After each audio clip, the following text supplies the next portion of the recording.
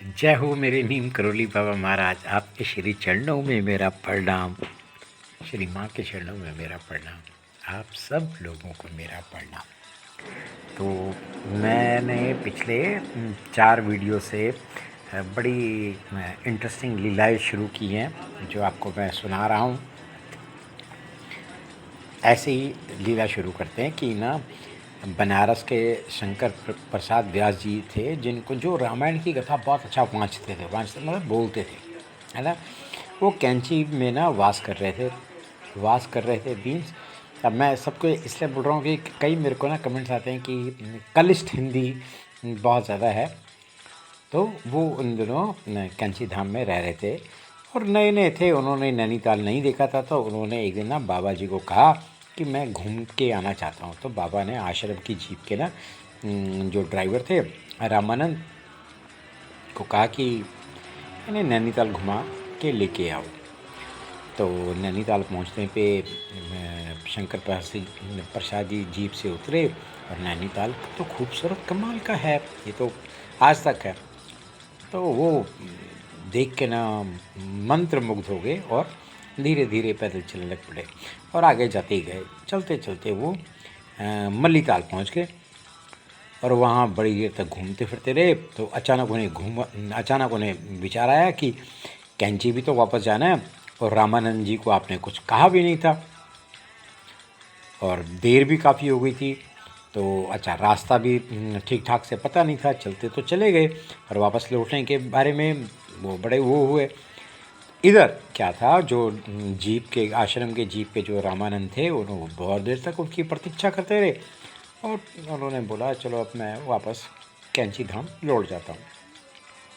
तो इधर ना क्या हुआ, व्यास जी ना घूम फिर के वहीं पे पहुँचे जहाँ पे उन्होंने जीप छोड़ी थी। पर वहाँ पे तो जीप थी नहीं, क्योंकि बहुत देर हो चुकी थी। पर वहाँ पे ना एक फ़ौजी ऑफिसर ना देखा कि वो कार पे बैठा था। अच्छा, वो ऑफिसर भी महाराज जी का भक्त था और व्यास जी ने उन्हें कैंची आश्रम के पास बहुत बार देखा था। तो व्यास जी के पूछने में बताया कि वो भी कैंची आश्रम जा रहे हैं। तो व्यास जी ने कहा कि मुझे भी साथ में ले जाइए।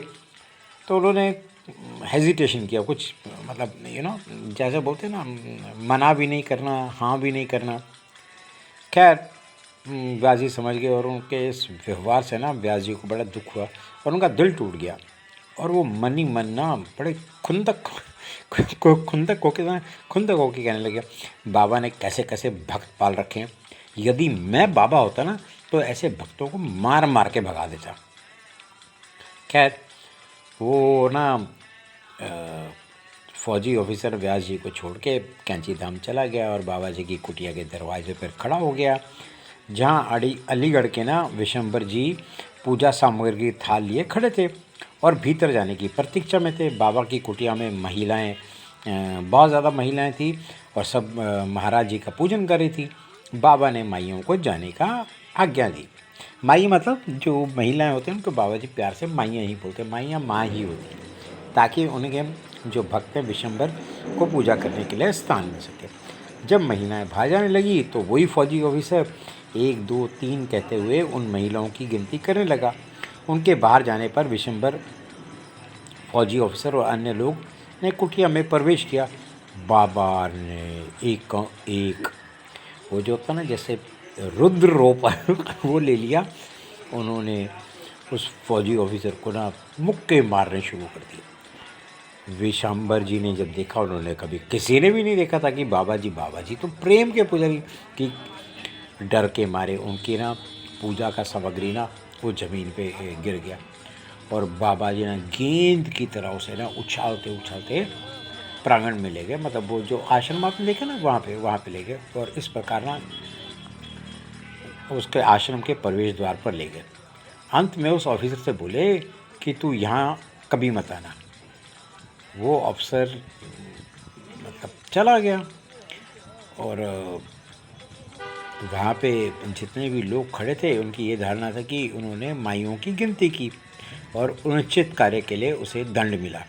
अच्छा, आश्रम के सभी लोग इस दृश्य को घबरा के उठे और रामानंद को तो विशेष रूप से भय होने लगा कि ये सोच के कि व्यास जी को तो नैनीताल में वो छोड़ के आ गए हैं। है ना। तो खैर एनीवे, इधर व्यास जी एक बस में बैठकर कैंची आ गए। उनके बस से उतरते ही रामानंद दिखाई दिए। तो रामानंद ने बोला बोला यार देखो सुनो, ऐसा है कि बाबा जी अगर कुछ बोलेंगे ना कि तुम व्यास जी को कहा, तुमने बोलना है कि मैंने जीप लौटा दी थी। तो जब व्यास जी ने बाबा जी के दर्शन किए तो वो बड़े शांत और प्रसन्न मुद्रा में दिखाई दिए, और उन्होंने बोला तुझे उस फौजी ऑफिसर अपनी गाड़ी में क्यों नहीं लाया, तूने क्या कही, बता तूने क्या कही। तो व्यास जी चुप रहे। तो बाबा जी स्वयं कहने लगे, तू कह रहा था ना बाबा जी ने कैसे भक्त पाल रखे हैं, यदि मैं होता तो ऐसे भक्तों को मार मार कर भगा देता, यही कह रहा था ना, बता। व्यास जी ने स्वीकार किया, बोला हाँ ये तो मेरे बाबा जी ने कैसे।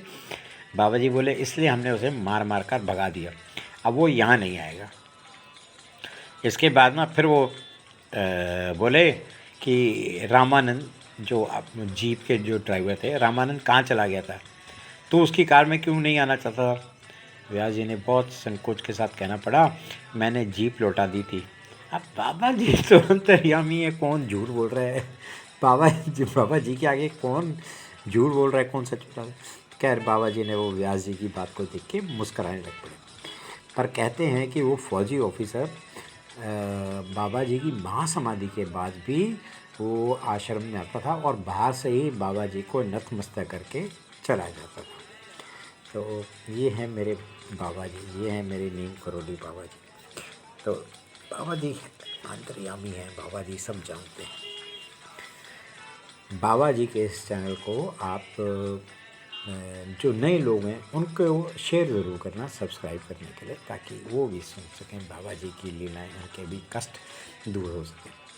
बाबा जी के श्री चरणों में मेरा प्रणाम, श्री माँ के चरणों में मेरा प्रणाम, आप सब लोगों को मेरा प्रणाम।